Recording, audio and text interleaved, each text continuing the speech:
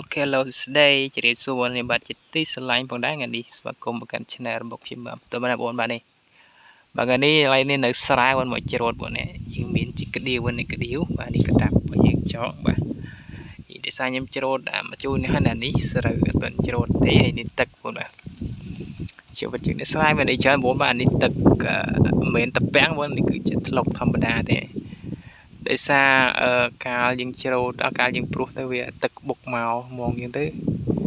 វាធ្វើឲ្យយើងធ្វើឲ្យស្រូវយើងក៏ដកនៅពោះរត់ទៅដែរយ៉ាឆ្ងាញ់របស់គេបងបាទ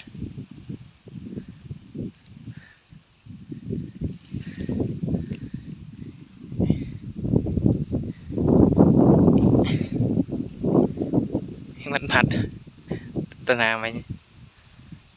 អូខេបងនេះបាទ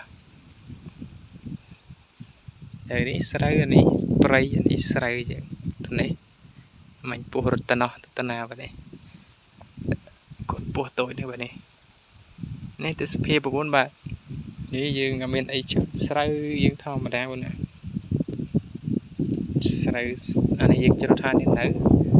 គេផាហើយបងផាហើយបាទបងណាតនេះឲ្យមកបានបាទយើងជាជីវិតជាស្រែមានអីទេបងនៅក្នុងរយៈពេលនេះ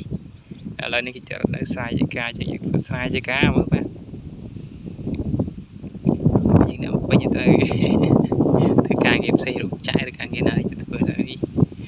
គេខ្ចប់ប៉ុណ្ណឹងអូខេបងបាទជួយវីដេអូក្រោយពេញធ្វើការសៀមនៅមើលទស្សនៈបងជួយចិត្តឬក៏ចង់តាមដានទស្សនៈវីដេអូរបស់ខ្ញុំបាទអូខេអរគុណច្រើនបាយឡាយសិនហៀបាទ